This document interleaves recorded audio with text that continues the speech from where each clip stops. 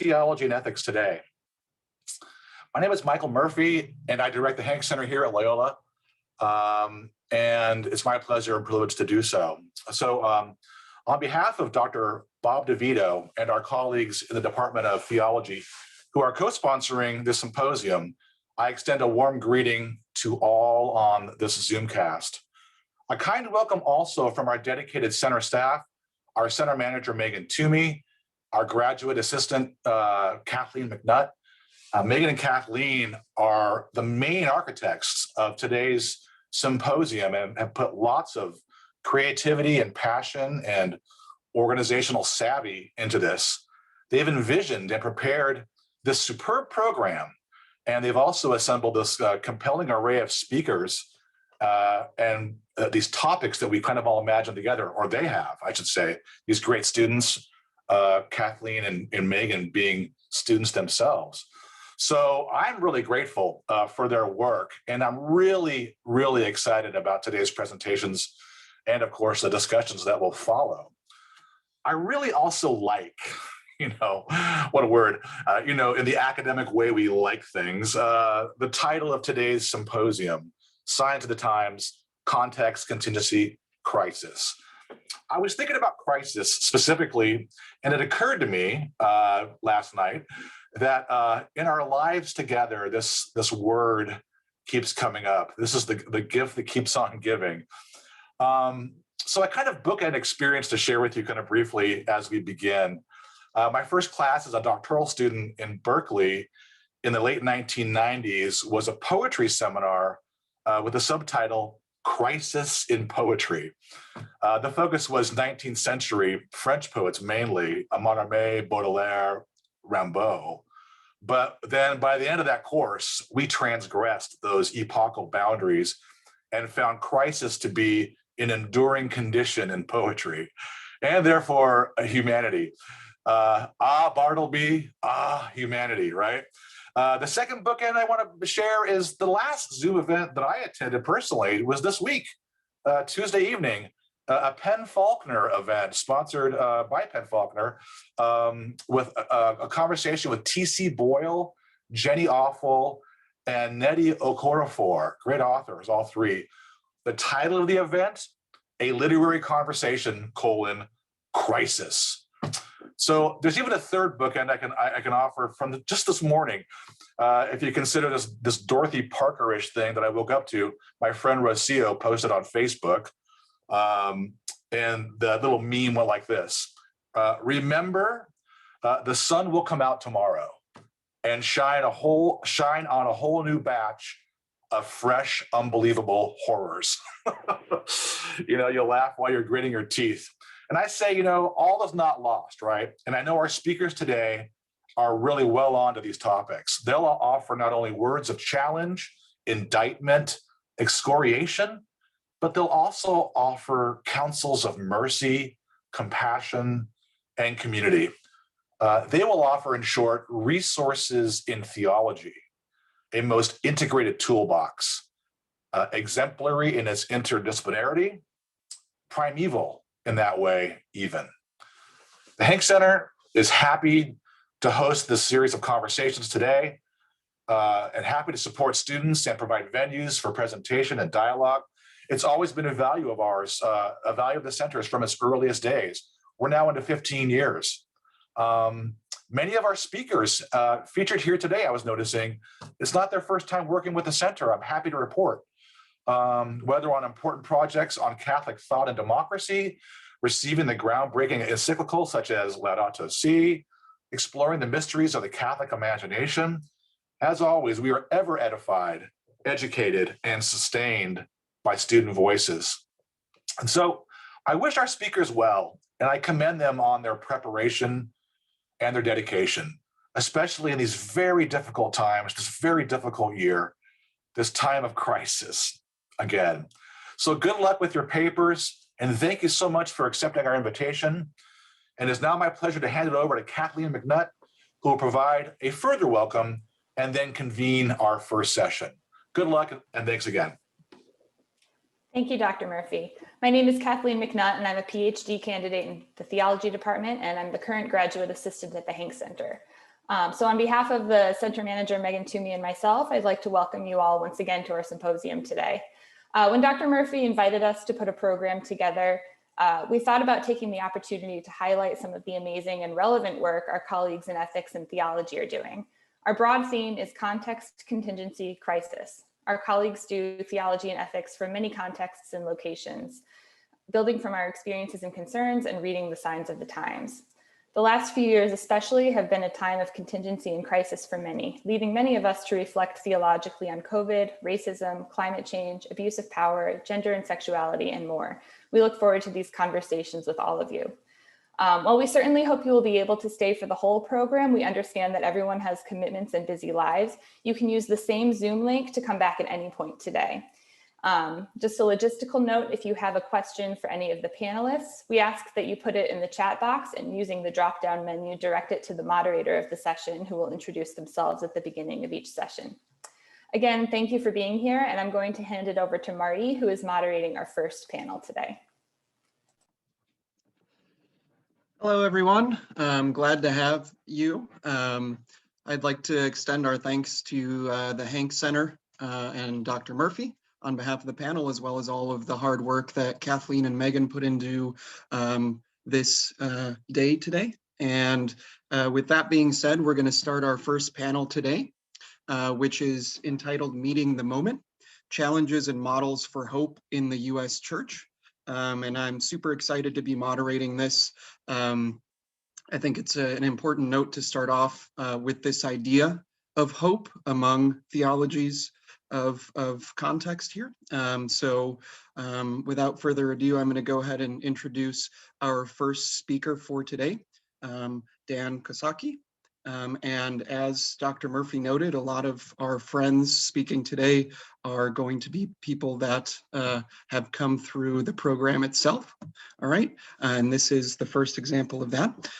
Dan earned his doctorate in Christian ethics here at Loyola with a dissertation entitled Earthly Destruction, Catholic Social Teaching, War and the Environment. Dan is currently Assistant Professor of Religious Studies and Director of the Justice and Peace Studies Program at Marywood University in Scranton, Pennsylvania. He is also co-editor of the Berrigan Letters, personal correspondences between Daniel and Philip Berrigan. And he is in progress on publishing another book with Paulus Press entitled Pope Francis's Great Americans, which is going to be the basis for his talk today. And that wonderful speech that the Pope gave on his visit here. So his talk today, again, is entitled Pope Francis's Great American Bash, Lincoln, King, Day, Merton, and Us. So go ahead, Dan. Great. Well, thank you very much, Marty. To begin, everybody, just allow me a quick word of thanks to Dr. Mike Murphy and especially to the organizers of this conference, Megan Toomey and Kathleen McNutt in particular. It's really a pleasure to be with all of you. I am especially grateful to be sharing this panel discussion with two of my closest friends and colleagues, Karen and Brent. I just have to say, I just really wish we were all in Chicago right now. That would make this even better. But this will have to do. This is great. This is great. There's a temptation at a conference like this to dwell on the title of the event, Signs of the Times, and then to spend most of my time speaking about the Second Vatican Council. I won't do that. But I do think a word on this overarching theme is worthwhile, since it is what ties together everything that we will hear today. Every theologian who will speak at this conference today is doing her or his work in the shadow of the council. Whether post-conciliar or post-post-conciliar is the right term, I am not sure.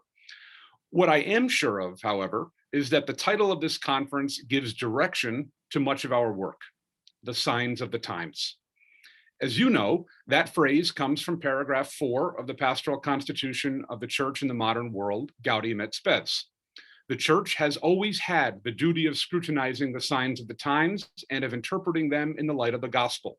Thus, in language intelligible to each generation, she can respond to the perennial questions which people ask about this present life and the life to come, and about the relationship of the one to the other.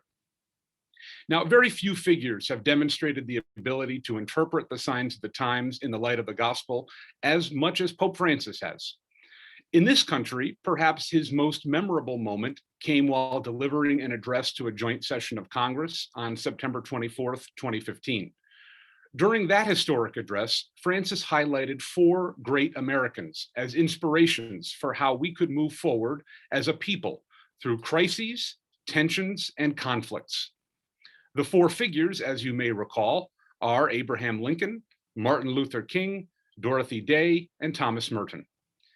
In the remainder of my time, I will provide some examples of the writings and lives of these figures that will illustrate why Francis characterizes them as great Americans.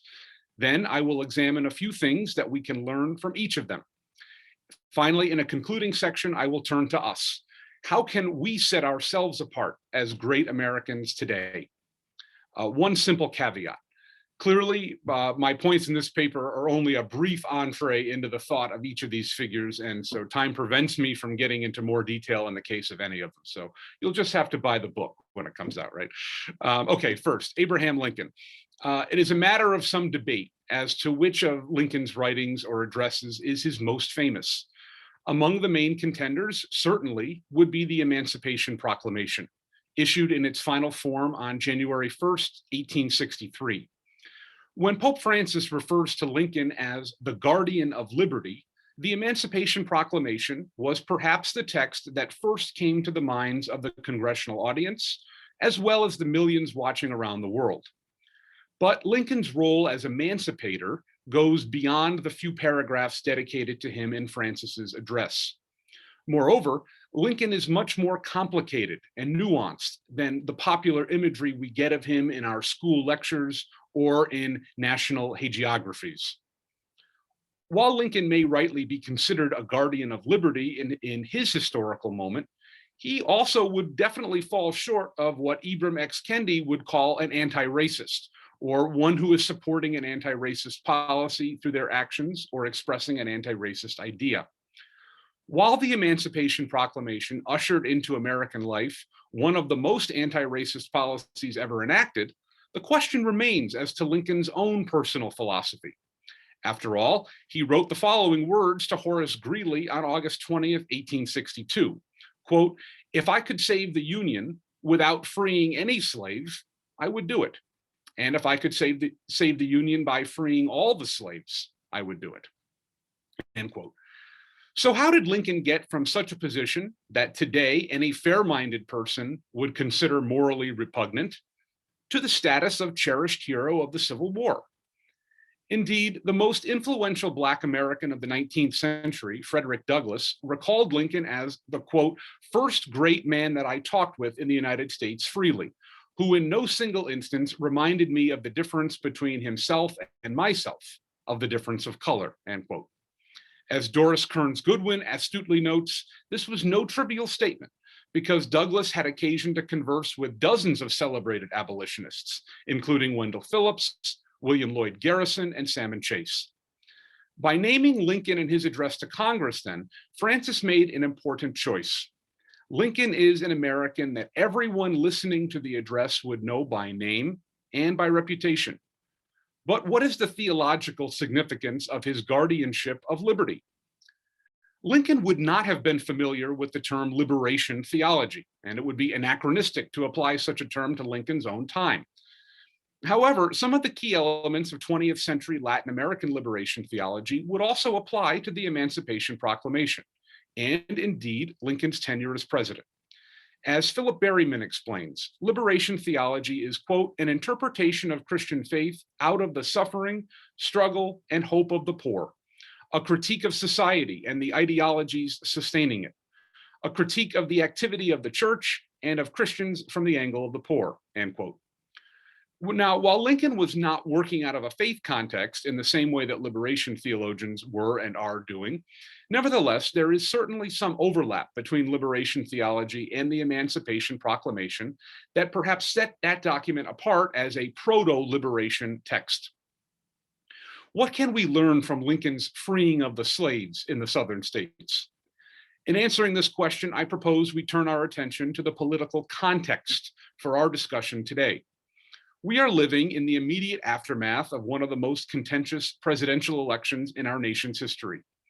In Lincoln, we find a politician who served in an even more contentious time. And yet, Pope Francis understands the gravity of our current moment. In his address, he stated, quote, "All political activity must serve and promote the good of the human person and be based on respect for his or her dignity," end quote. The context today is a national setting when many people in the United States are not interested in bringing forth the common good. Rather, many are convinced that the individual good is the greatest. This is not a new phenomenon. But with the advent of social media in our generation, as Pope Francis states in his encyclical Fratelli Tutti, social aggression has found unparalleled room for expansion through computers and mobile devices. Moreover, recent waves of allegiance to certain populist figures in the national political landscape, I'll let you imagine who I'm thinking of here, further divides an already diverse nation. Francis continues, quote, "The way many platforms work often ends up favoring encounter between persons who think alike, shielding them from debate. These closed circuits facilitate the spread of fake news and false information, fomenting prejudice and hate," end quote. Or, to be more concrete, the insurrection of January 6th. But what can drive out this hate? To quote from our next great American, only love can do that. One of Martin Luther King's best known texts is his letter from a Birmingham city jail. At the very outset, King mentions that this letter is written as a direct response to the criticism that many leaders had placed on him and his recent protests in Birmingham as unwise and untimely. King argued that as a Christian, he was compelled to carry the gospel. His famous quote rings forth, "Injustice anywhere is a threat to justice everywhere." King expresses a serious problem that those who wrote to him criticizing his protest were only concerned about the effect of the actual protest. King laments that these same voices seem to have no concern whatsoever for the causes of the protest. They never mentioned any sort of problem with the racial injustices or the maltreatment of Blacks in the city, but only with the actions of the protests themselves. Importantly, King notes 4 basic steps in any nonviolent campaign. 1, collection of basic facts to see if injustice is alive. 2, negotiation. 3, self-purification. And 4, direct action. King and his supporters carried out the action because they felt as though they were the victims of a broken promise. Namely, they had been assured that the segregation in Birmingham would end, but it never did. So they believed they had no choice but to act as they did. In response to his critics who argued that the protest action precluded any type of negotiation, King contends that the whole purpose of the action itself was actually to foster negotiation. He posits that nonviolent tension is necessary for growth. Quote, "History is the long and tragic story of the fact that privileged groups seldom give up their privileges voluntarily. Individuals may see the moral light and give up their unjust posture. But as Reinhold Niebuhr has reminded us, groups are more immoral than individuals," end quote. He laments, as you all know, justice too long delayed is justice denied. Furthermore, King informs readers that it is very easy to judge Blacks for their unrest if they have not experienced the inhumane treatment that Blacks had experienced. Or, as we might say in today's common parlance, King asks that those who would criticize the protest action first acknowledge the effects of their own positions of privilege on their overall perspective. King then moves to discuss the great concern that many had over the fact that he and his supporters broke laws, pointing out that there are actually 2 types of laws, just and unjust. He cites St. Augustine and claims that unjust laws are not laws at all, because they degrade the human personality. Segregation, King says, is just such a law, an unjust law, because it substitutes the I-it relationship for the I-thou relationship, and in so doing, relegates persons to things.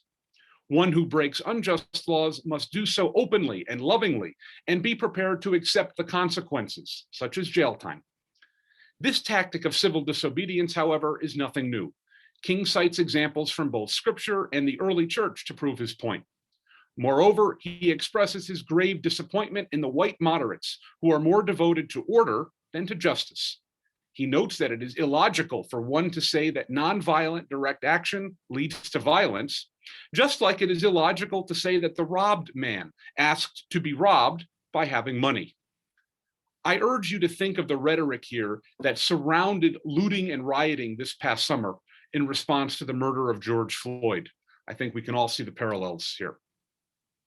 Through King's epistolary gesture from Birmingham, he makes clear that letter writing affords us the opportunity to stand up for what we believe to be the most important things in our lives. And the letter from a Birmingham city jail is the prototype of such a correspondence. King makes it clear that God's law takes precedence over any unjust law created by human beings. Today, our society faces many of the same ills as did the United States of 1963. For example, we're still threatened by nuclear war. The major appeal of King in this letter, though, for racial justice has also not yet been achieved. We are living in a country today, as you all know, where Black children are targeted by police. If this letter tells us anything, it must be that patience is not always a virtue. Sometimes it may in fact be a vice. We must stand up for what is just, regardless of the consequences that we might experience. To coin a phrase that is common in Jesuit pedagogical lingo, we must practice a faith that does justice. If ever there was a patron saint of that ideology, Martin Luther King would be the person. I want to encourage all of us to pray for his intercession that we might work for justice in our day. Moreover, we can take him as a model for how to act in the face of oppression. Now, like King, Dorothy Day, our third great American, saw an inherent link between all forms of social injustice. It would be impossible to have war, for example, without poverty and racism. To use the language of Pope Francis in his encyclical Laudato Si, everything is connected.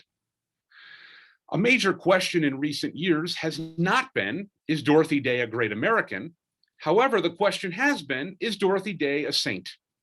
Even if the United States Catholic bishops reached a unanimous decision about a decade ago about Day's cause for canonization, there has been no small debate in the larger society, and especially the Catholic worker movement itself, over whether or not she should be canonized. This debate finds its origins in one of Day's most famous quotes: "Don't call me a saint. I don't want to be dismissed so easily." Many of those who knew Day best, though, were convinced that this type of rhetoric came from a mixture of humility and a true understanding that any good that comes from her life is the result of divine grace. As one of her close collaborators, Robert Ellsberg, puts it, if Dorothy Day was not a saint, it is hard to know what meaning that word should have. But for whom and of what is Dorothy Day a saint? The church has been calling us over these past decades to a new evangelization.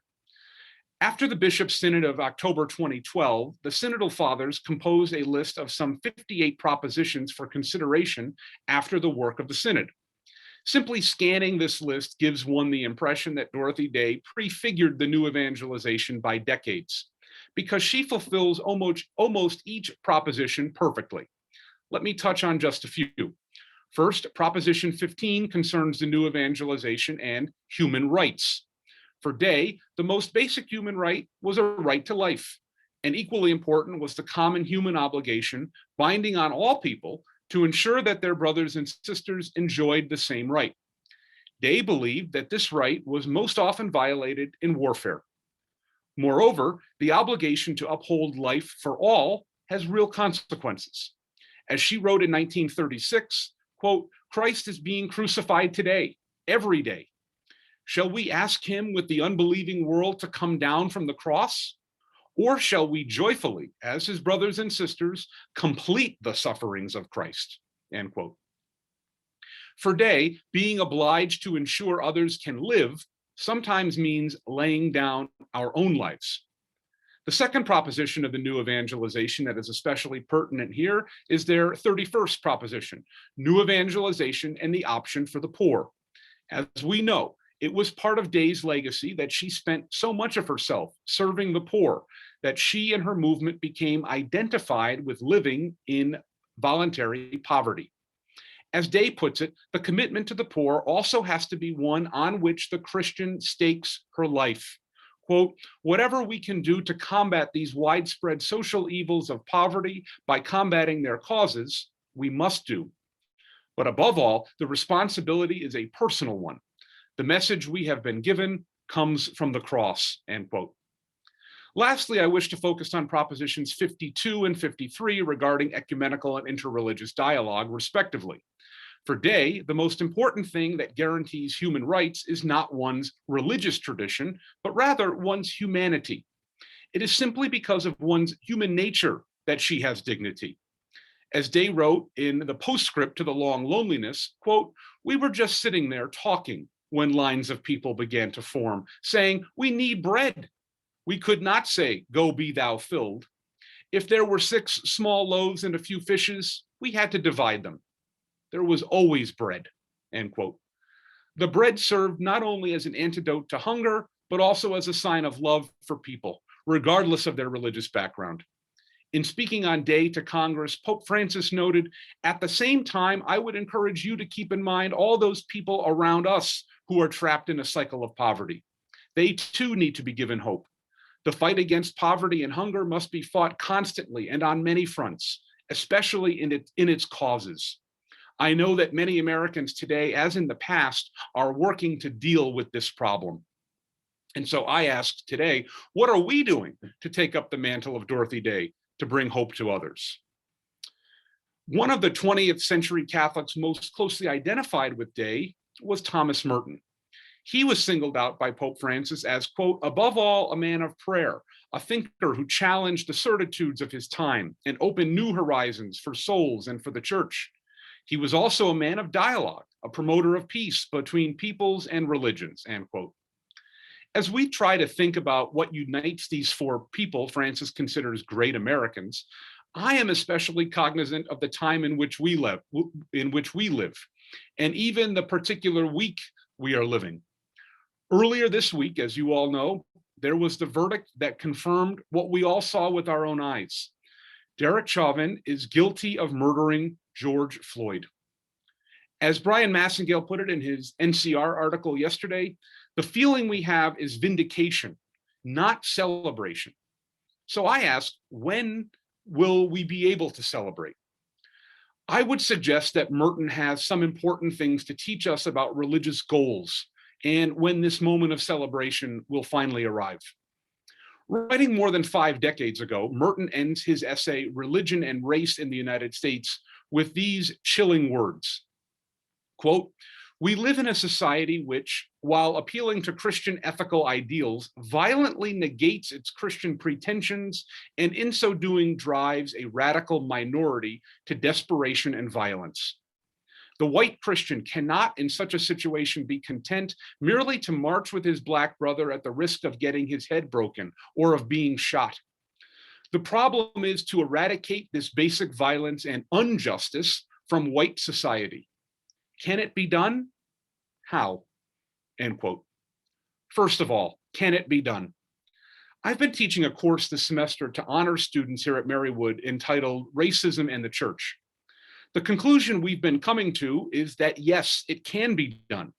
The scriptures tell us as much. Imagine the Israelite slaves asking themselves if liberation from Pharaoh could be done. Imagine Jairus, whose daughter was dead, or the woman suffering hemorrhages for 12 years, wondering, can it be done? When they begged Jesus for healing. Imagine Mary Magdalene and her companions on that first Easter, daring to wonder, can it be done? Being people of faith means admitting, and people of hope, means admitting that it can be done. It is possible. But the second question Merton asks is even more challenging. How? James Cone, writing at approximately the same time as Merton, answers much in the same vein of Jesus when Jesus says, be born again. Cone contends that all people must become Black. He writes, quote, to be Black in America has very little to do with skin color. To be Black means that your heart, your soul, your mind, and your body are where the dispossessed are, end quote. Where are the dispossessed in your life and in mine? This is where Merton's teachings on contemplation can help us find the way to concrete answers in our daily lives. This contemplation, Merton writes, is not the fruit of our own efforts. It is the gift of God who in his mercy completes the hidden and mysterious work of creation in us by enlightening our minds and hearts, by awakening in us the awareness that we are words spoken in his one word and that creating spirit. In the spirit of contemplation, our four great Americans then find common ground. But what about us? As Ormond Rush has concluded in his study of Vatican II, another particularly famous line from that council, this time from Sacrosanctum Concilium, the document on the sacred liturgy, that this passage is determinative for understanding the spirit of the council.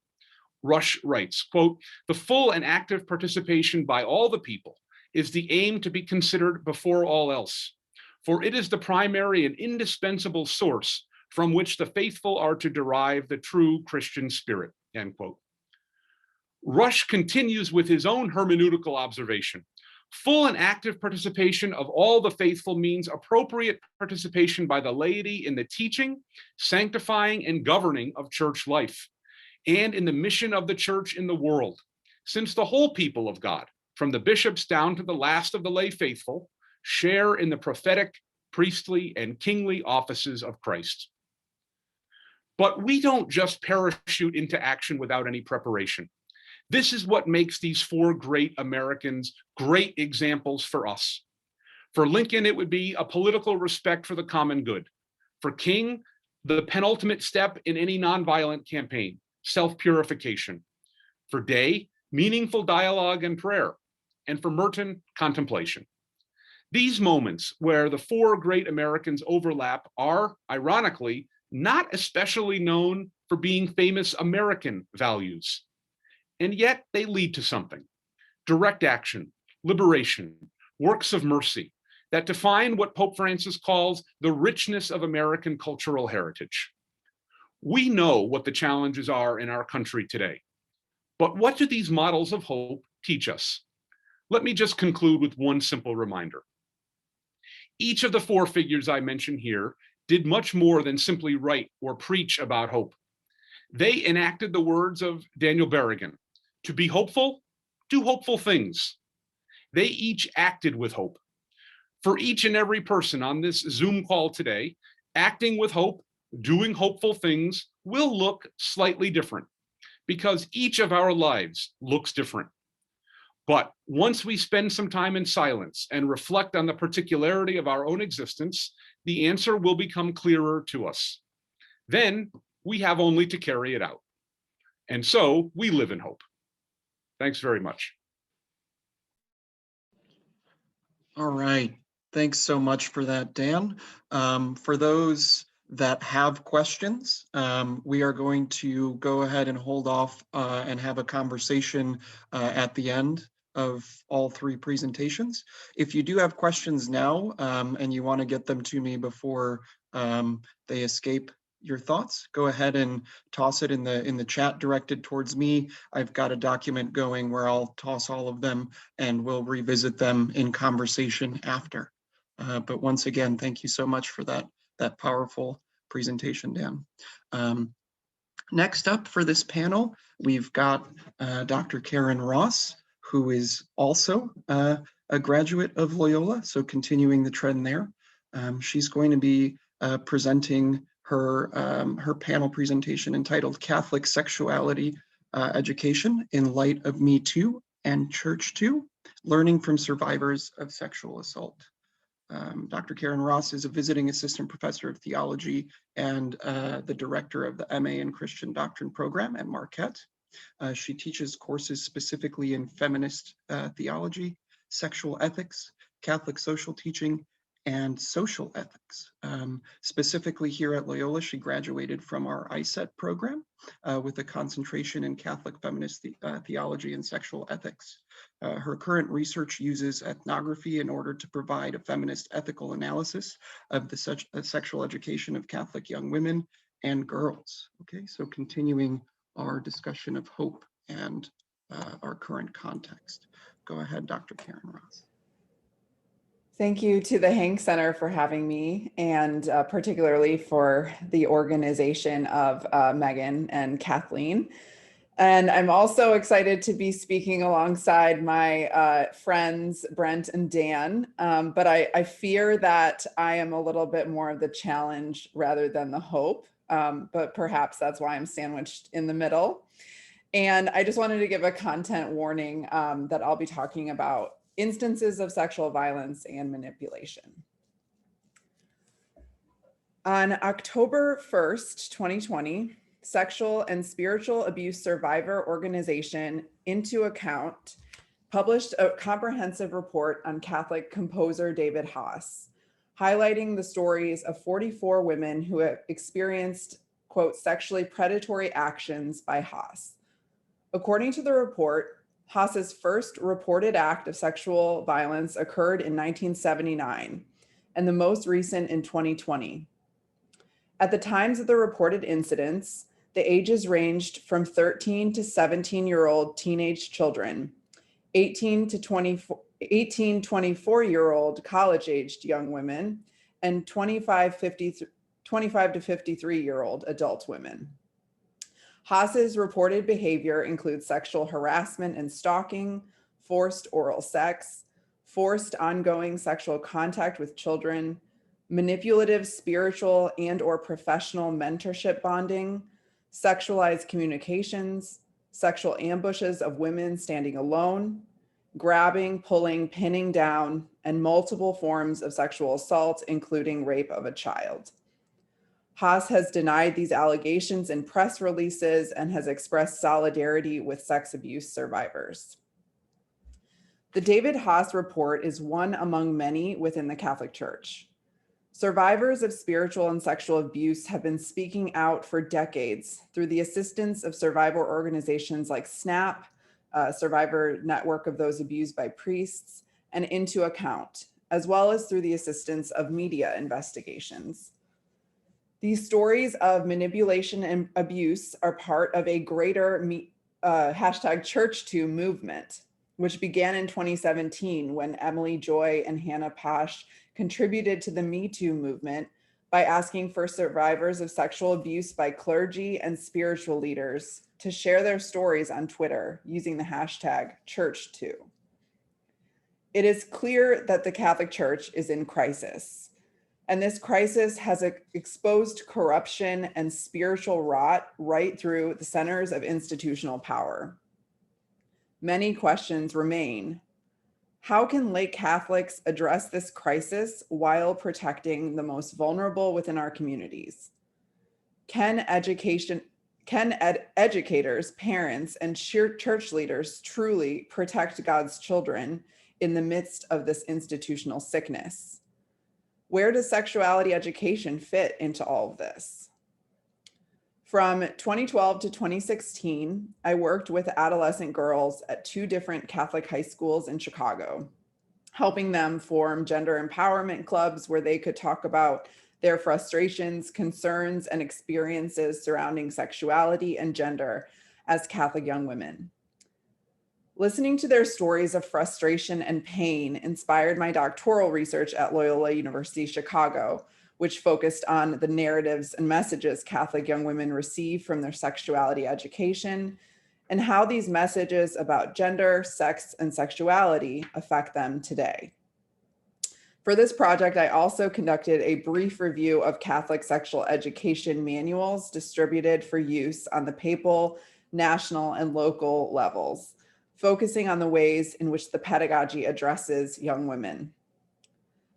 In 2015, I conducted qualitative interviews with Catholic young women ages 18 to 25 who have been raised in a Catholic environment, either parish, school, or home, preferably all 3, and were current students at Loyola University Chicago.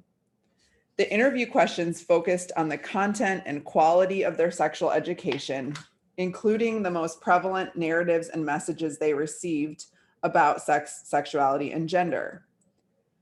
I found many common themes in these interviews, including the overemphasis on modesty for young women and girls, the faulty or non-existent Catholic sexuality education programs on the middle and high school levels, and the implication that women and girls should be sexual gatekeepers for men and boys. One theme stood out to me as simultaneously shocking yet unsurprising. 1/4 of the research participants reported experiencing sexual abuse and/or manipulation, and described how their sexuality education contributed to feelings of guilt or shame after the abuse.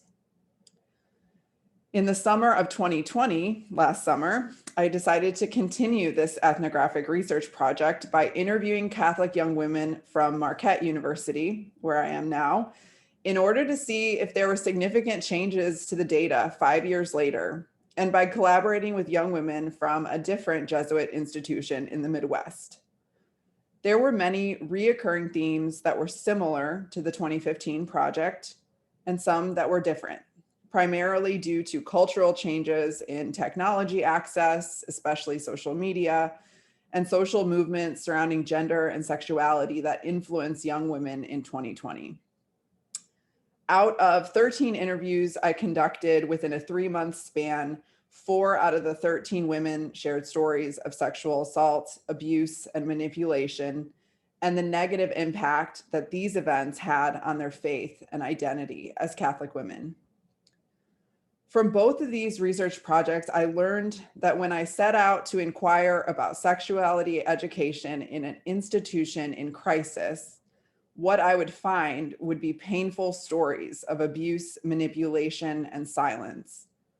So in this presentation, I will share excerpts from these stories of Catholic sexuality education, given the collaborators' experiences of harassment and sexual violence.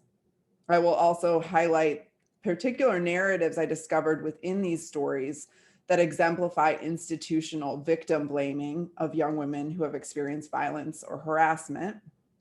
Finally, I will propose some ways in which Catholic sexuality education can be reconstructed to address this institutional sickness and protect the most vulnerable in our church. Listening to the stories of survivors, Grace, Sarah, and Kayla. When I asked the collaborators how they understood the relationship between their Catholic faith and their sexuality at various points of their lives, many used the words complicated or disconnected to explain the separation they felt between the two. This separation that many of the young women felt between their Catholic faith and their sexuality became even wider when sexual violence occurred. Across the board, the collaborators from the 2015 and 2020 research projects expressed frustration with the absence of curricula about sexual violence, consent, and healthy and unhealthy relationships in their Catholic sexuality education. This gap in their education and moral formation severely impacted the role that their Catholic faith played in the processing of their abuse, and even contributed to feelings of guilt and shame. Sarah, a 19-year-old Marquette student, originally from Tucson, Arizona, pseudonym, described that her relationship with God changed after she had been sexually assaulted as a first-year student. She shared, quote, "I was very upset with God and I didn't want to talk to him. I was like, what did I do to deserve this? With my faith, I had decided that I didn't want to get involved with anything. I was just focusing on getting through the day, and with God, I was not feeling any of it." Fortunately, Sarah had a supportive friend who encouraged her to speak with someone in campus ministry as she was going through the Title IX investigation.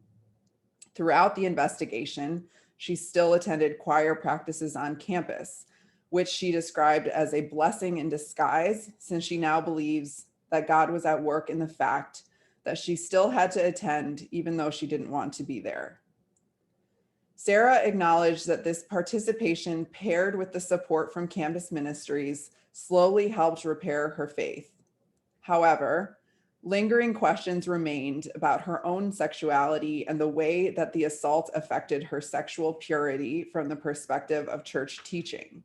She explained, quote, "As my faith began to heal after the assault, I began to wonder, am I now spoiled goods per se in the Catholic faith? So I struggled with that a lot. I broke down about that to my best friend. I had no idea what it meant. He was like, "Did you want to do this?" And I said, "No." He said, "Therefore, I think God thinks you are all right. You didn't want to do this, so you're not spoiled goods." She told me that this affirmation from her friend was really important for her to hear, since she was just trying to be a good person.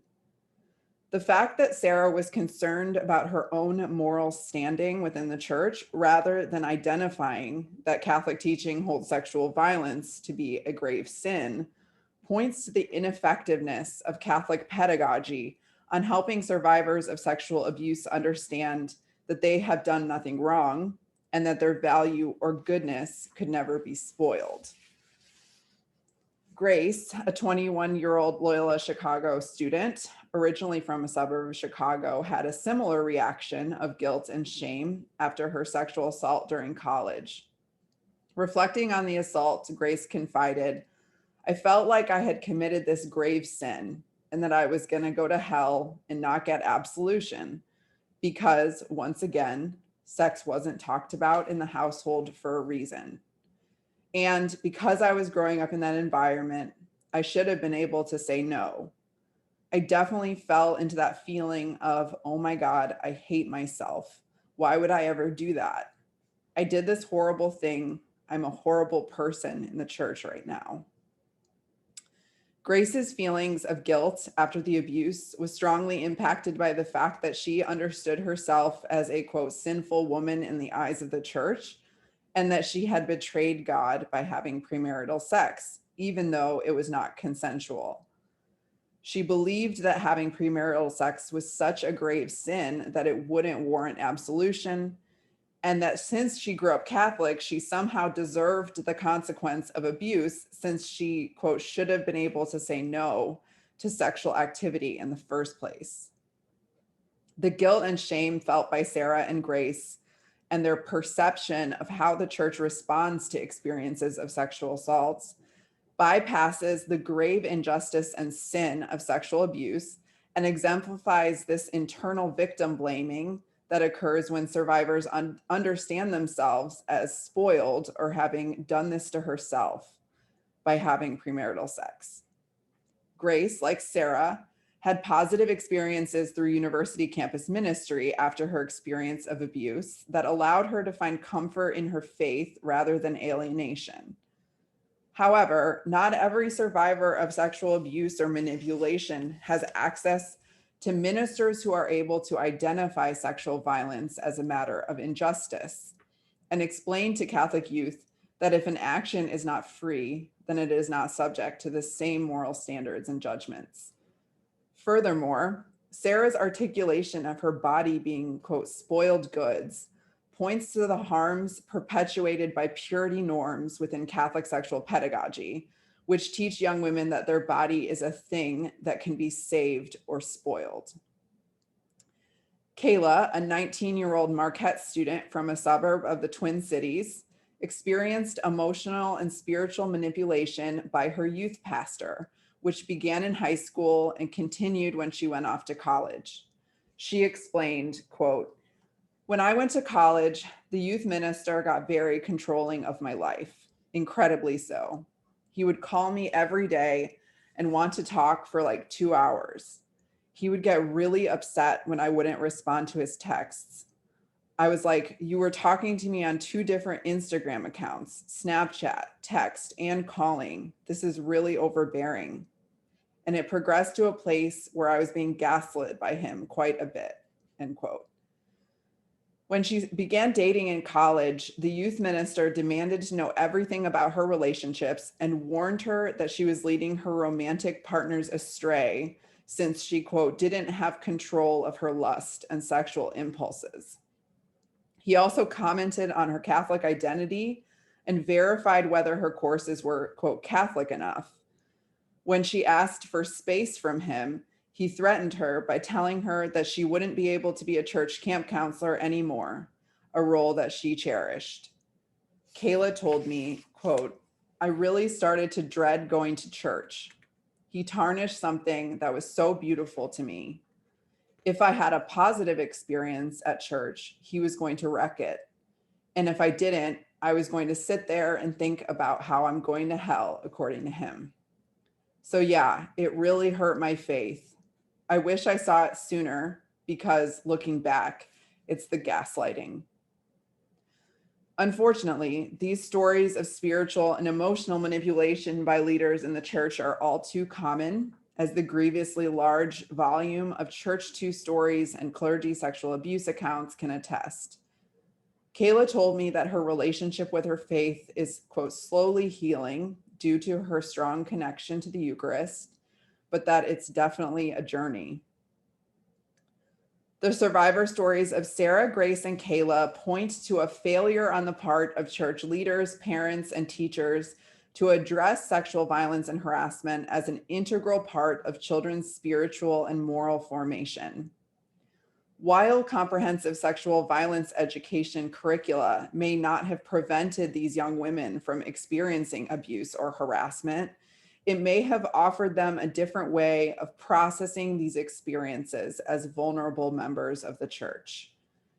They might have known that they are not at fault for what happened, that they are believed, and that the church unequivocally stands against all forms of sexual violence and abuse and with survivors. This involves holistic Catholic sexuality education that includes a robust sexual violence education curricula. When I asked Kayla what she wished she had learned from her Catholic sexuality education, she said, "I really wish that I knew more about healthy relationships." Similarly, Sarah told me that she hadn't learned about sexual assault or rape from her Catholic school or parish, and that her parents didn't talk to her about sex in depth at all. These silences are not simply absences, but actively contribute to the psychological, spiritual, emotional, and moral harm for survivors of sexual violence or harassment. Some ways in which Catholic sexual education curricula could be reconstructed to eliminate these harms include mandating a survivor-centered sexual violence prevention curricula for both the elementary and high school levels, teaching children about the importance of bodily autonomy and the necessity to respect the bodily autonomy of others from an early age, developing lessons that highlight healthy and unhealthy relationships based on equal power or a power imbalance, respectively, and train sexual assault advocates to serve as confidential advisors in schools, parishes, and youth groups. Can a church that is in crisis, that is rotting from corruption and abuse, truly protect God's children? We can't afford the answer to be no, since youth are depending on us for their flourishing, body, mind, and spirit.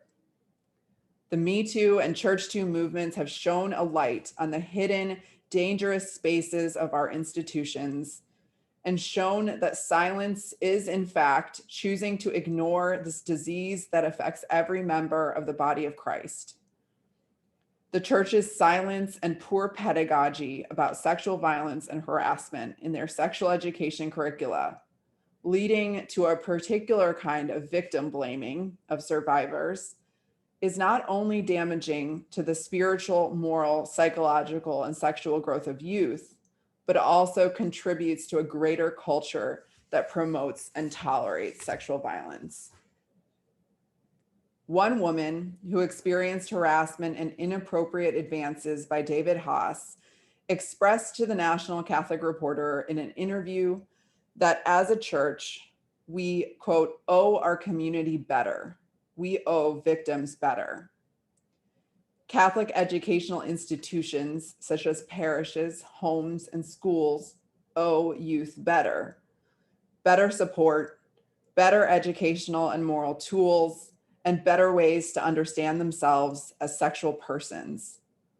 Unfortunately, these institutions often fail to do so by leaving important topics out of sexual education curricula, sending negative messages about purity, or failing to address power dynamics within unhealthy relationships.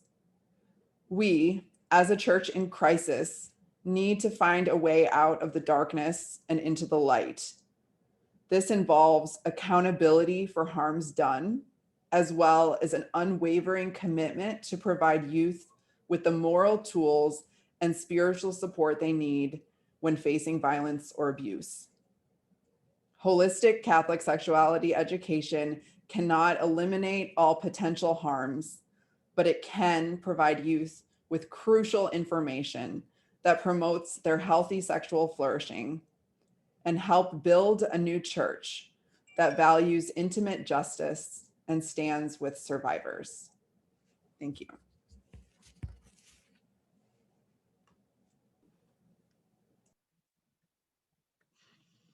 All right.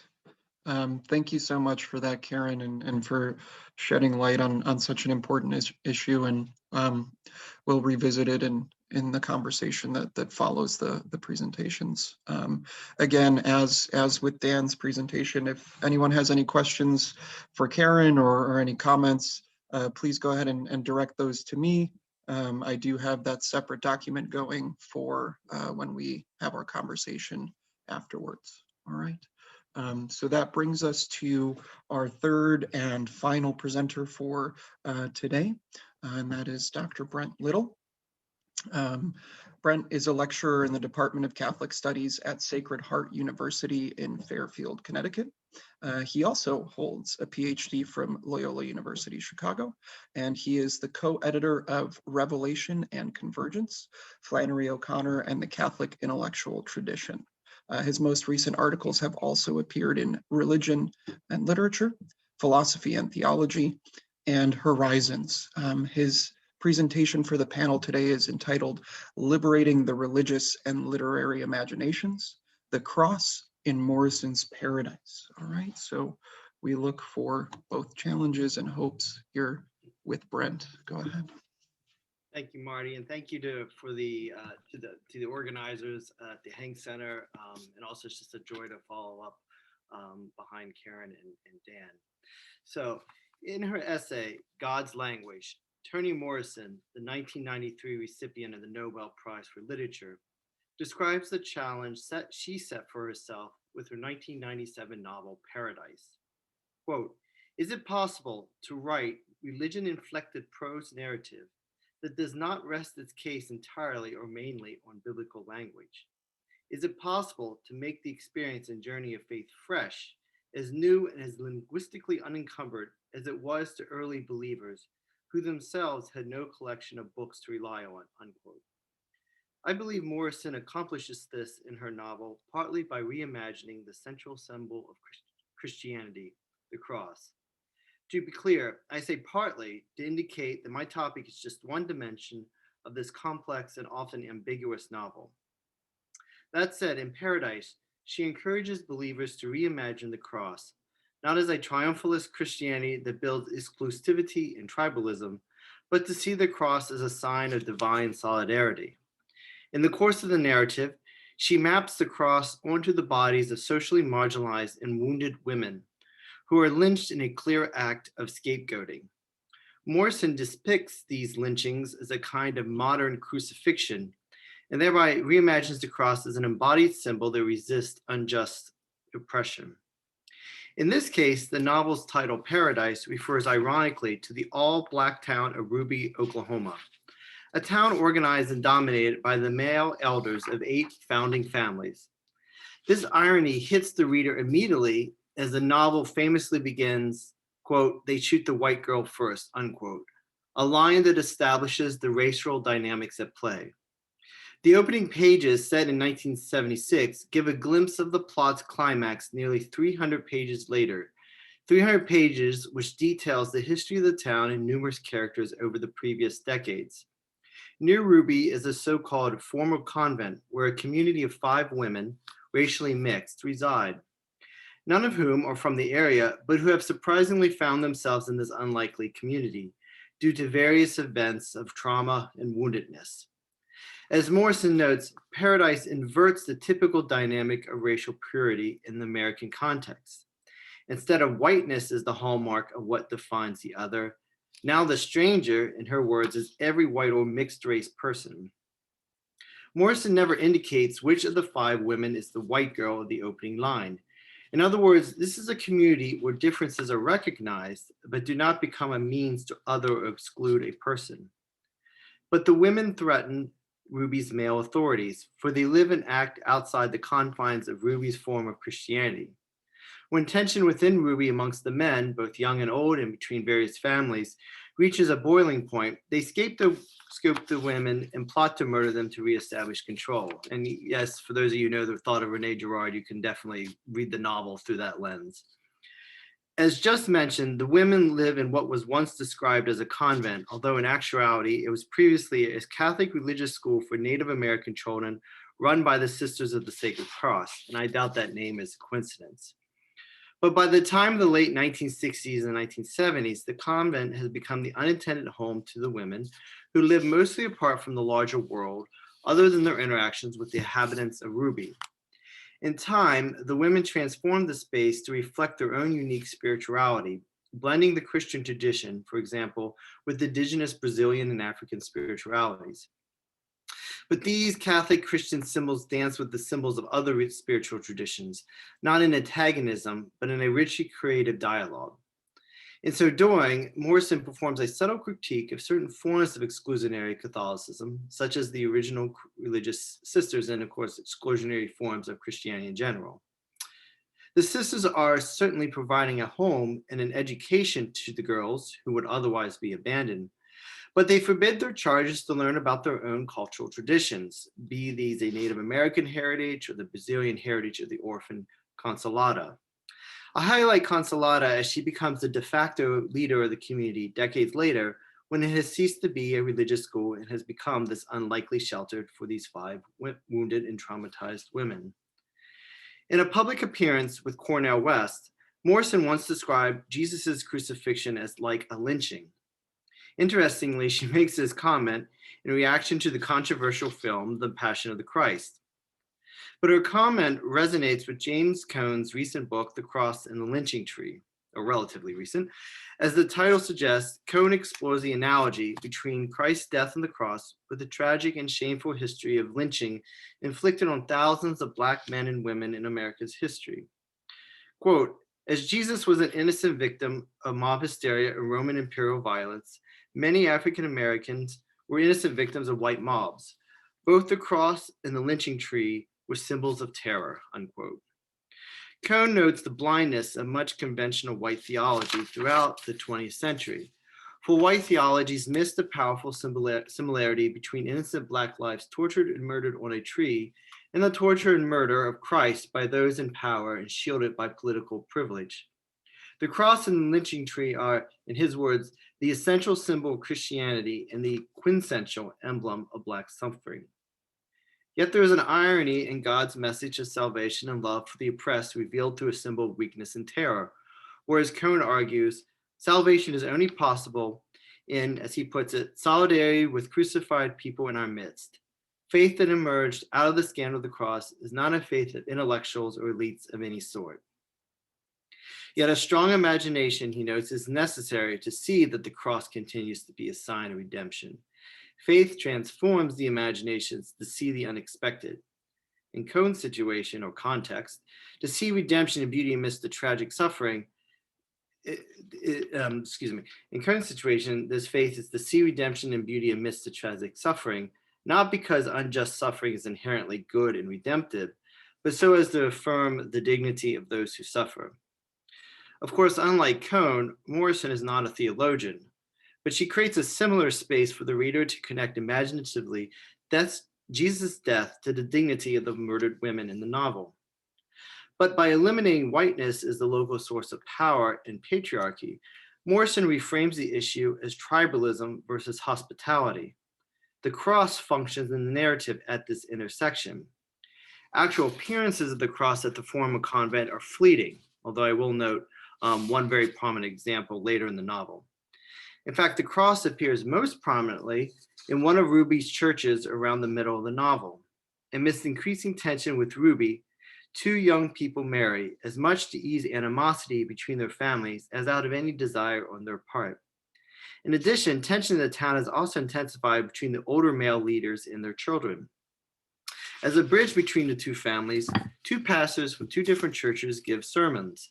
The first sermon is by the traditionalist Reverend Pulliam, who depicts God as demanding obedience, a pointed message to the rebellious younger generation. They must earn God's favor through obedience to the authority in their town. But he is followed by the progressive-minded Reverend Midsner, who moves across away from the back wall, of the church, a place at distance that mirrors Pulliam's belief in a distant God, and moves across immediately in front of the congregation. Then he holds the cross silently for several long, awkward minutes. Too angry to speak after hearing the depiction of God as distant, judgmental, and exclusive, a God who justifies the closed theocracy of Ruby, Midsner preaches a silent sermon, wondering to himself that the congregants would he be able to see that in Jesus's crucifixion, in his mind, quote, this execution made it possible to respect freely, not in fear, oneself and one another, all of which testified not to a peevish Lord who was his own love, but to one who enabled human love, unquote. In other words, the cross demonstrates that God does not gift us divine love for us to control others, but as a gift so that one may love others better, a love grounded in a God-given inherent dignity. In this sense, Midsner is reminded the congregants, as the narrative describes, that not only is God interested in you, he is you. Midsner attempts to turn his congregants' understanding of the cross away from one used to justify fear-filled domination and exclusion to a recognition that the cross symbolizes God's solidarity and love with us that should spur acts of hospitality. Midsner's sermon is misunderstood and ignored in the moment, and tensions within the town continue to boil, leading to the scapegoating of the women in the convent as witches who have cursed the town, this sort of infamous climax that I keep referring to. Morrison captures the theme of divine solidarity in more than just Midsner's rebuke to his fellow pastor, particularly doing so in the character of Consolata. As I mentioned, she's the de facto head of the community. In brief, Consolata suffers from a twofold guilt. First, in her young adulthood, and remember, she is an orphanage from Brazil, so she only knows the world of this convent that she has found herself in. She has an adulterous affair with one of the male leaders of Ruby. After the affair ends badly, sunlight mysteriously seared her right eye, announcing the beginning of her bat vision, as Morrison describes, and she began to see best in the dark.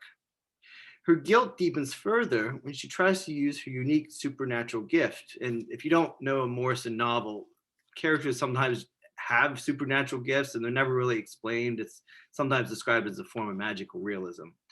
But anyways, in her case, her unique supernatural gift is her ability to sustain and sometimes heal people near death. She uses this gift to keep her favorite sister, Sister Mary, alive in her elderly years, out of weakness of devotion turned to panic. After Sister Mary's death, Consolata, now 54, becomes wary of God and seems to shrink her life into a wait for death. And although the arrival of the other women provides her a semblance of community, none of them know the depths of Consolata's depression or guilt, or that they are a burden to her. Consolata's transformation and the start of her healing occurs when she is visited by a traveler, a stranger who resembles her appearance with the same color, ears, and eyes as herself. Immediately before his appearance, Consolata is outside shortly after sundown when her vision can withstand the light. Although she complains to the deceased Sister Mary and only receives a refusing silence, she wonders at the sky, quote, in plumage now, gold and blue-green, strutting like a requited love on the horizon. She was afraid of dying alone, ungrieved and unholy ground, but knew that was precisely what lay before her. How she longed for the good death. I'll miss you, she told him. I really will. The skylight wavered, unquote. Some scholars, such as John McClure, sometimes regard Consolata here as dismissing God, or at least a traditionally Western Christian image of God. However, I would argue that a more sacramental reading complicates such an interpretation. There is something O'Connor-esque in the description of the skyline here. In O'Connor's fiction, such moments are often an indication of divine grace. An analogous reading is possible here. Consolata still seems to regard herself as unforgiven, despite the fact that she wonders at the requited love manifested in the sky's beauty above her. Perhaps then this is the source of her wonder, for requited love indicates that no payment or action is required on her part. Perhaps she marvels at the free gift of the beauty. Meanwhile, she maintains enough of Sister Mary's traditional Catholicism to mourn that she will not be buried on holy ground. But who is the who that she will miss?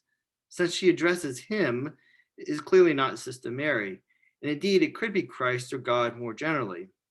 In either case, at the sound of her complaint, the skylight wavered, perhaps indicating that transcendence breaks into her vision. And indeed, it is at this moment that the stranger appears and informs her that you know me, as he says, although he also identifies himself as a traveler with the claim, I'm from far country. This latter curious description may be the stranger's way of saying he is from far country, or he is transcendence himself, a transcendence with whom she is nonetheless well acquainted.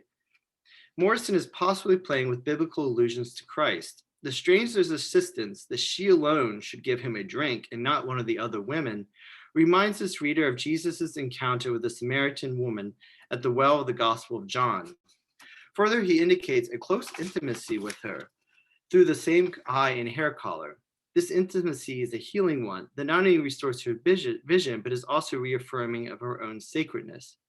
Perhaps Morrison is casting Christ here not as king, like the nun's name for their school, but Christ as a lover in a way that he was, as the prose puts it, looking at her flirtatious. In either case, Consolata's vision is restored, a physical healing to symbolize her spiritual healing. Afterwards, Consolata laboriously makes the other women a meal that some critics have described as a reworking of the Last Supper, thereby rendering Consolata as a kind of analogy for Christ. Further, Consolata models an authority around which nurturing, healing community becomes possible. And unlike Ruby, she does not diminish the women's individuality, but she requires them to face their wounds and trauma. Consolata, as she's described now in the narrative, is like a new and revised Reverend Mother, and she guides the women's recovery from their wounds, binding their community together such that the visitor might notice that the convent women were no longer haunted. When the men arrive during the climax to expunge what they deem as a malicious supernatural threat to Ruby, and there's a lot of plot points here that I'm skipping over just for the sake of time, they are disturbed to find no crosses in the women's bedrooms. But the cross becomes a body in the climax of Paradise through the lynched bodies of the 5 women. When the 2 men search the former chapel, the elusive text notes that the men discover on the wall behind the altar the outline of a huge cross, clean as new paint, is the space where there used to be a Jesus. This is ambiguous to say the least. Does the phrase clean as new paint mean that the women took down the cross as an act of rejection? Perhaps, but the absence of Jesus's body, while the symbol of the cross remains clean and new, invites the reader to recognize that a new lynching is happening. The crucified body of Jesus is analogically moved to the women, whose murder is simply another kind of lynching. The men's actions are what the cross, interpreted through a lens of solidarity, unveils and critiques, structures of a power oppressed through scapegoating. No wonder one of the would-be murderers fingers his palm cross. His ironic gesture indicates what he fails to see. When Consolata, shortly before her death, confronts the men, one of whom was her former lover, the narrative cryptically describes how, quote, Consolata narrows her gaze against the sun, then lifts it as though distracted by something high above the heads of the men. Your back, she says, and smiles, unquote. The your back seems directed not at the murderers, after all, why would she smile, but what she sees high above their heads. Most likely, Consolata sees her traveler friend, the one who healed her vision. And just as Jesus' crucifixion led to an empty tomb, so the women's murdered bodies, sorry, this is a real spoiler alert here, mysteriously disappear afterwards, never to be found, not because the murderers or any of the townspeople dispose of them, but seemingly as an act of divine intervention. In fact, when Reverend Misner visits the grounds later, he senses this presence, as if there's like this brief inbreaking of transcendence. And indeed, in a reworking of the resurrection story, the 5 women reappear in the novel's final pages. Sorry, this is also a really big spoiler alert. While inexplicably and uncannily, yet inexplicably and uncannily, thereby leaving the reader to puzzle over these women's reappearances. And in an interview, Morrison casually describes the women as both dead and alive. So she clearly didn't want to give too much away about what she thought about it. John Wyatt correctly insists that, quote, ambiguity seems fitting, a sign of respect for a metaphysical reality that is beyond human thought. In this post-narrative, Morrison implies the women continue their journey of healing, but most likely in a different form of existence. Despite their own lynching and crucifixion, they live on. How and in what state, who knows? And the resurrections point to a divine solidarity that rebukes any forms of violent, exclusive religiosity. Thank you.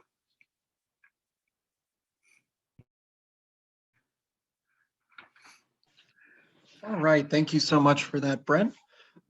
Just as a quick note on timing, it is now 10:22. We did start 6 or 7 minutes later than anticipated. So if you can stay with us, I'm gonna go ahead and go with the original planned time period despite the late start for comments and reflections. And what I'd like to do is go ahead, if you have questions or comments, throw them in the chat for me. I'd like to start with a few minutes just to have our panelists respond to one another if they have any questions or comments. I have some as well to follow up, and then we'll get into audience questions for the panel. All right.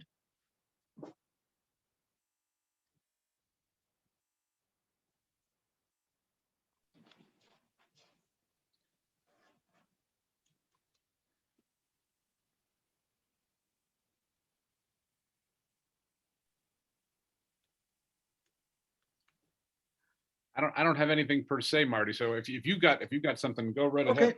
ahead. Yeah, for sure. So I think that we had 3 wonderful presentations that really fit the theme of the panel in very different ways. We had, a very distinct and visceral problem, right, or challenge through Karen's presentation. We had responses both within the literary and theological imagination on Brent's part, as well as some of the ways in which the institution and the hierarchy might be able to respond to these questions. So I think that these presentations interchange with one another really well. And with that being said, I do have a question for each of our panelists. And I apologize for kind of utilizing my own research interests to guide these questions, but I'll go in order of the presenters.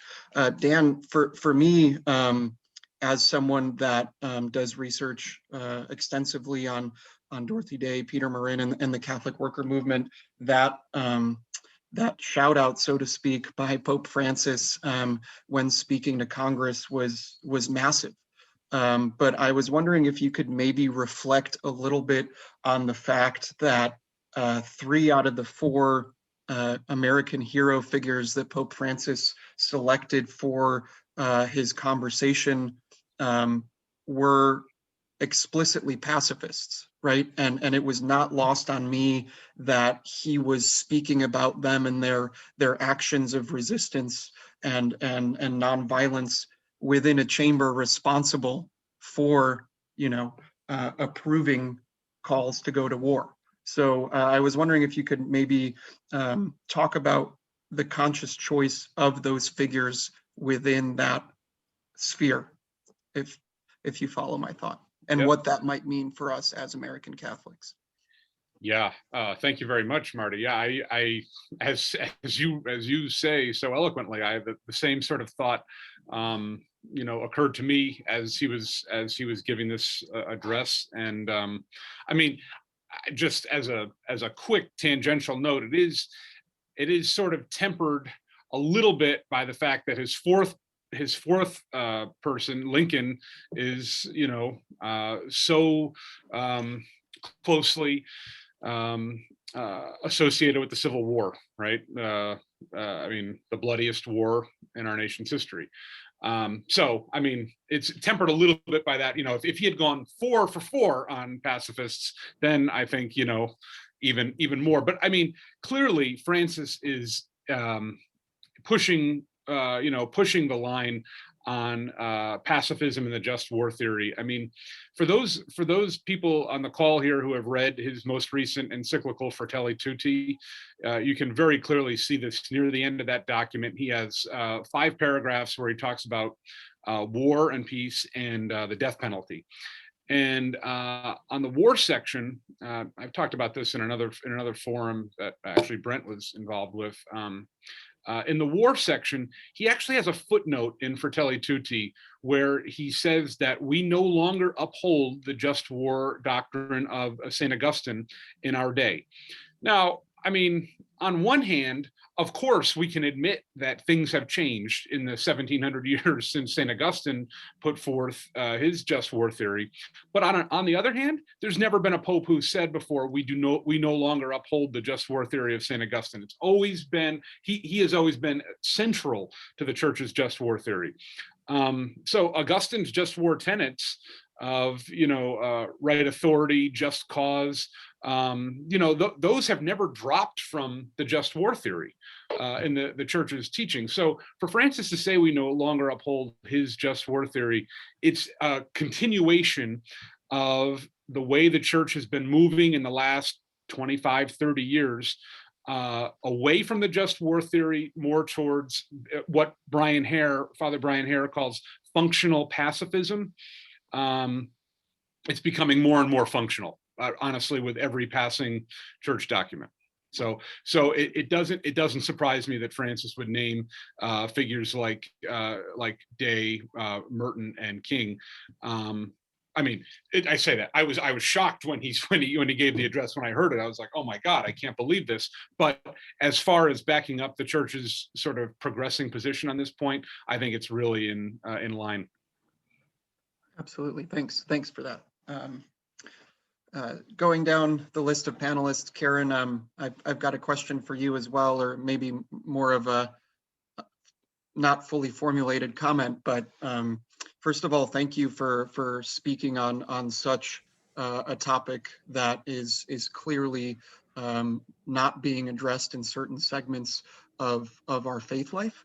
And one thing that stuck out to me about your presentation is your discussion of this idea of silence being violence, and the notion that we are not doing right by our fellow brothers and sisters by not addressing these issues. But I also think that there is not just silence in terms of omission, but there is also active silence in the way that some of the church scandals are being actively covered up or actively pushed to the side and being settled monetarily or what have you. So it seems like there is not just silence, but kind of active avoidance. So my question for you would be, if this is going to continue to be the case, do you see a role where academics and lay leadership are the way forward in this topic? And how do you see that impacting the way that the church moves on in the 21st century here? Yeah, I think you bring up a great point about active avoidance, and in order to continue to repress and deny and hide the truth. And so, yeah, it's not just silence, it's this active, calculated, hiding of or repressing of facts and stories. So, yes, and I definitely see, perhaps not even academics, but definitely teachers, lay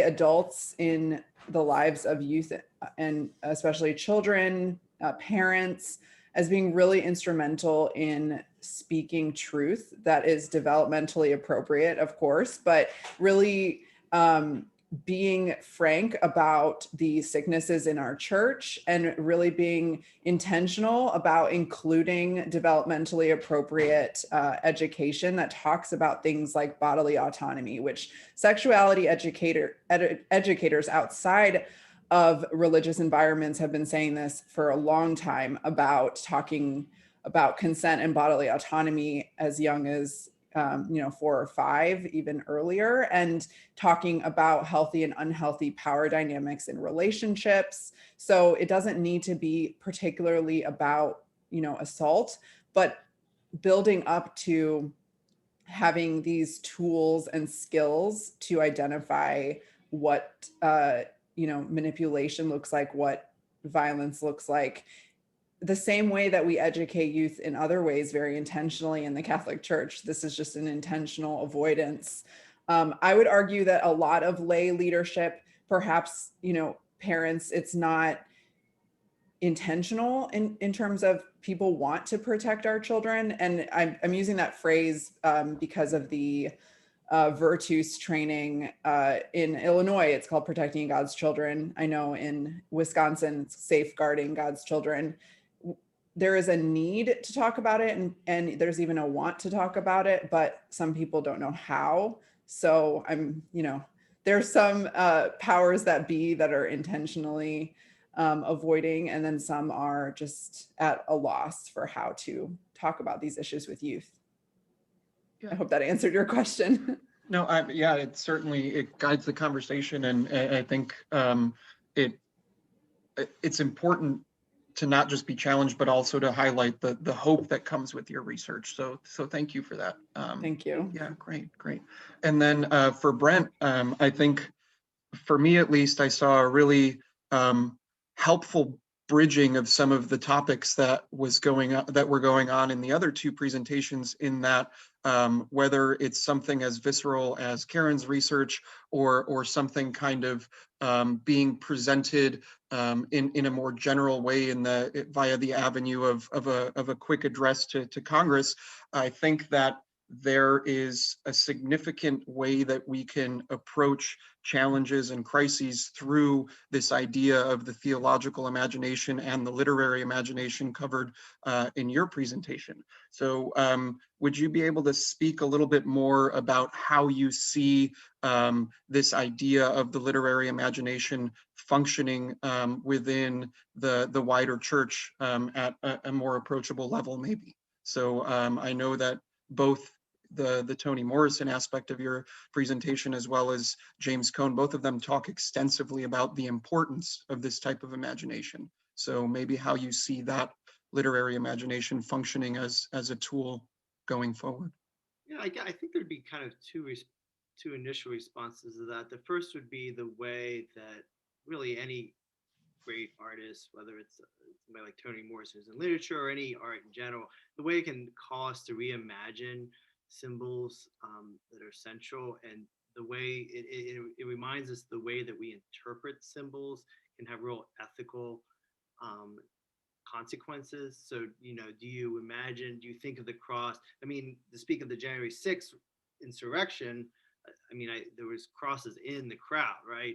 And that's a particular kind of exclusive Christianity that would be completely counter to what Morrison would be trying to do with her work, particularly in this novel. So I think it is a reminder to Christians, to speak now for the present audience, particularly Catholics, to think about are the ways that we think about our symbols, understand our symbols, how do they function ethically in concrete lives? And then the other great thing about art is that it forces us to think about the intersection between the concrete and the universal. So you can, when you read The Cross in her novel, you especially if you're somebody like me who has a theology background, there's all this sort of conceptual theology that I have going on in the back of my mind. But now she's asking me to, okay, how's it functioning now in these sort of concrete situations? And I think art it's the adage, right, that the universal is through the concrete. So it does remind, I think, particularly of us in the academy, that when we have it tendency to maybe speak very universally or abstractly or conceptually in our theology. And it causes us to think also how that plays out in the concrete situation. So that's sort of my initial two responses to your question. Great. Thank you so much. We do have about 4 or 5 minutes left here for conversation. So I'm going to go ahead and jump to some of the questions submitted from our guests today. So I'm going to start. This is a question for you, Karen. So I'll go ahead and just read it verbatim. And if you need me to repeat it, I can as well. So the question is, do you think that there is a piece of this that is bound up with problematic interpretations of the Bible, or at least particular interpretations of texts about women or so-called purity? It seems that there is something fundamentally wrong in Christianity's founding myth. What did you find in your research? The quick answer to that is yes. I think purity culture is, something that pervades, these ideas of, virginity being something that you can, that can be taken away, or, that you lose or you keep, and kind of these acts-oriented morality where, once you lose it, you're spoiled. Instead of thinking about relational morality, how do we build healthy relationships instead of, either I'm a virgin or I'm not, I'm pure or I'm spoiled.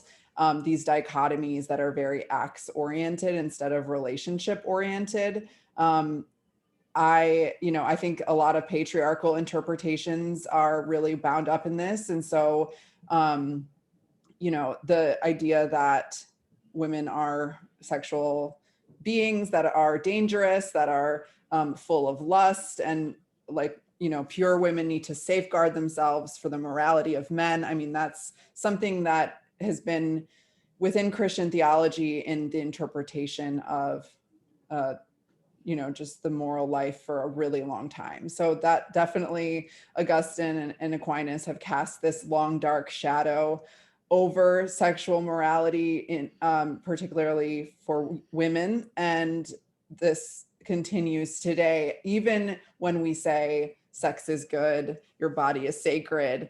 The messages about being spoiled or being tarnished are still prevalent in our institutions. And I would argue it's because the institutions are still dominated in a patriarchal model and in a way that oppresses women's sexuality and pleasure.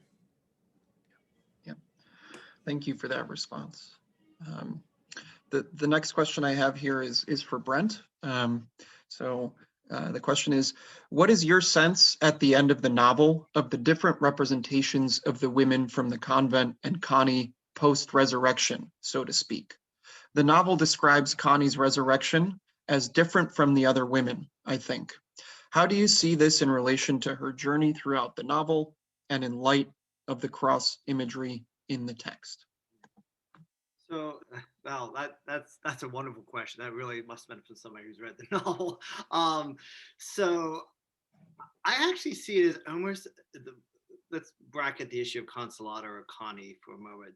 With the other four women, I feel like their healing is still in process. For those who haven't read the book, basically they reappear to people that have in their sort of previous life before the convent.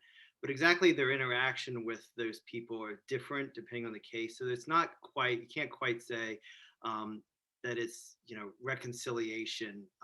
Sometimes it is, and sometimes it isn't. It's more like, I see it as more like a kind of purgatory in a very loose symbolic sense of that term, in the sense of that it's like they're working them, not a purgatory in the sense of purging from sins. I don't mean that, but more in the sense of this sort of like liminal space, alternate space where they're still, in their case, not working out sins, but working out their trauma, their woundedness. They're still in the process of healing. Their healing is not complete. Consolata is a different case. So she's literally, that's the very last page of the novel. More so, those, she's being held by her mother, from whom she was orphaned as a very little young child.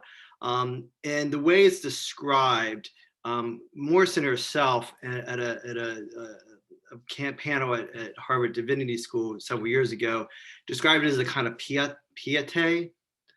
And so if you think about that, that's a really interesting thing, because on one hand it says that her mom is a little bit like Mary, and then she herself has the Jesus role, which is interesting. But more importantly, there is the image that she's at rest.